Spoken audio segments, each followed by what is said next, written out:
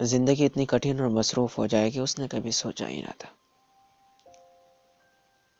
گھر بار، بچے، ملازمات، وہ بس اسی دائرے میں گھومتی رہتی تھی۔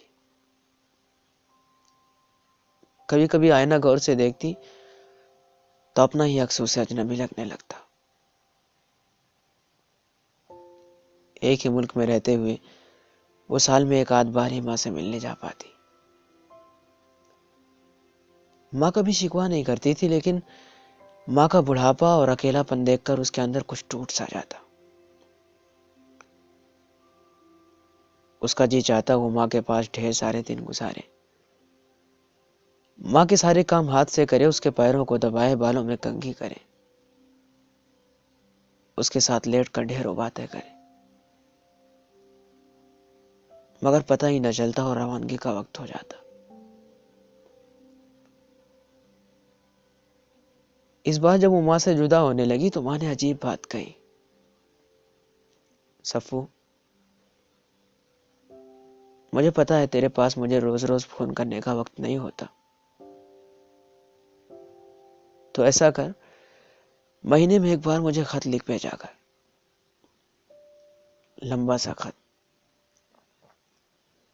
میں وہ خط بار بار پڑھا کروں گی اور میرا وقت بھی اچھا کٹ جایا کرے گا۔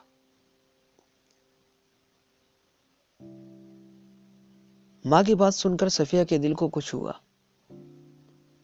اس نے بہت مشکل آنکھوں کی نمی کو چھپایا اور ماں کے ہاتھ تھام کر بولی، کیوں نہیں اماں،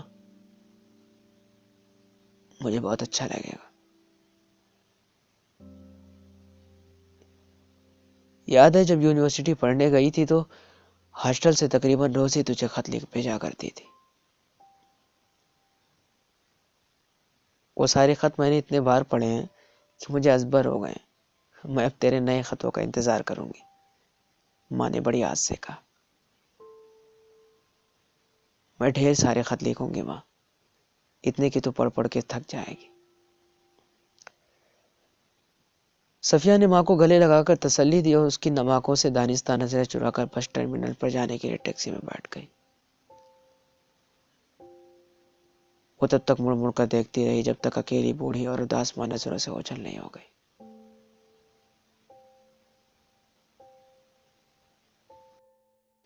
گھر پہنچنے کے بعد کتنے ہی دن اسے سر کھجانے کی فرصت نہ ملی۔ وہ سفر سے آ کر بھی جیسے سفر میں تھی۔ ایک شام ذرا فرصت سے بیٹھی تو ماں کی معصوم سی خواہش یاد آ گئی۔ اس نے کاغذ قلم اٹھایا اور خط لکھنے بیٹھ گئی۔ پیاری ماں، یاد ہے جب تم یونیورسٹی ہاسٹل سے پہلا خط لکھا تھا، ایک سر خوشی کے عالم میں، کہ اعلیٰ تعلیم حاصل کرنے کی دیرینہ خواہش پوری ہونے جا رہی تھی۔ ایک نئی دنیا میرے سامنے تھی۔ سب سے بڑھ کر گھر کی گھٹن سے نجات کا احساس ہی بڑا خوش کن تھا۔ کتنی عجیب بات ہے نا کہ انسان اپنے گھر میں خود کو قیدی سا محسوس کرتا ہو، مگر یہ حقیقت تھی۔ ابا نے گھر کو جہنم بنا کے رکھا ہوا تھا۔ تم پہ ہاتھ اٹھانا، گالم گلوچ کرنا، خرچے سے تنگ رکھنا اور بیٹیوں کے ماں ہونے کے تانے دینا۔ ہمارے گھر میں کوئی خوشی دیر پا نہ تھی۔ ایک اداسی اور اضطراب گھر کے در و دیوار سے لپٹے رہتے۔ تبھی تم چاہتی تھی کہ ہم پڑھ لکھ جائیں تاکہ تمہاری جیسی زندگی نہ گزارے، اور میں نے یہ بات گرے میں باندھ لی۔ ہمیشہ اچھے نمبر لے کر آگے بڑھتی رہی۔ یونیورسٹی میں داخلے اور ہاسٹل میں رہنے کا وقت آیا تو تم نے سارا زیور بیچ دیا۔ یوں میرا ایم اے کرنے کا خواب پائے تکمیل کو پہنچا۔ جب میرا رشتہ طے ہو رہا تھا نا اماں، بس ایک بات کی خوشی تھی کہ میرا ہونے والا شوہر پڑھا لکھا ہے تو یقیناً روشن خیال بھی ہوگا، عورت کی عزت کرتا ہوگا، سو میری زندگی اچھی گزر جائے گی۔ مگر یہ تقدیر بڑی ظالم چیز ہے۔ میرا شوہر تو ابا سے بھی بودا نکلا. مجھے لتاڑنے کے لیے اسے بہانے کی بھی ضرورت نہیں ہوتی. میں تو بیٹوں کی ماں ہوں، پڑھی لکھی ہوں، اپنا بوجھ بھی خود اٹھاتی ہوں، مگر تقدیر بالکل تجھ سی ہے. میرا دل صحرا اور آگ سمندر ہو چکی ہے. کبھی کہیں پر ایک شعر پڑھا تھا کہ بیٹیاں ماؤں جیسے مقدر کیوں رکھتی ہیں، دل صحرا اور آگ سمندر کیوں رکھتی ہیں.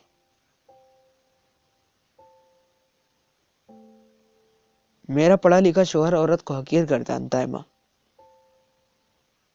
مجھے گالیاں دیتا ہے، کئی بار ہاتھ پہ اٹھا چکا ہے. میں جو آج کی عورت ہوں، اپنے حقوق سے مکمل آگاہ ہوں، اس کے آگے پسپا ہو چکی ہوں. میں بچوں سے دوری برداشت نہیں کر سکتی، یا شاید بھی آتا عورت کی حیثیت سے مجھے سماج میں جو نام نہاد عزت حاصل ہے اس کے اسیر ہوں. یا پھر مجھے بھی تمہاری طرح اس 4 حرفی لفظ طلاق سے ڈر لگتا ہے. میں بہت بزدل ہوں ماں. میں تجھ پر اپنے دکھ آشکارا نہیں کرنا چاہتی تھی، لیکن اتنا لکھ کر وہ پھوٹ پھوٹ کر رو دی. شام آہستہ آہستہ اپنا تسلط جما رہی تھی. کمرے میں نیم اندھیرا سا پھیل گیا. باپ بیٹے آج کہیں گھومنے پھرنے گئے تھے، ابھی تک واپسی نہیں ہوئی تھی. کتنی ہی دیر وہ خالی ذہن کے ساتھ کرسی پہ نیم دراز پڑی رہی، پھر اٹھ کر بیٹھتی،